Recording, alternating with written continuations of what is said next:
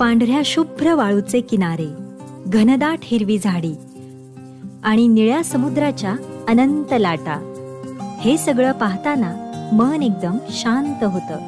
इतिहासात डोकावलं तर अंदमान बेटं केवळ सौंदर्याचे नाही, तर शौर्य आणि बलिदानाचं प्रतीक आहेत. ब्रिटिश काळातलं सेल्युलर जेल म्हणजेच काळा पाणी भारताच्या स्वातंत्र्य संग्रामातील अनेक वीरांच्या त्यागाची साक्ष देतं.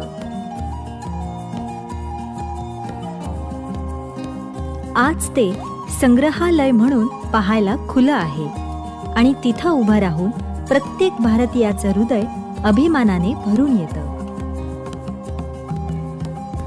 निसर्गप्रेमी आणि साहसप्रेमींसाठी तर अंदमान म्हणजे एक स्वर्गच आहे.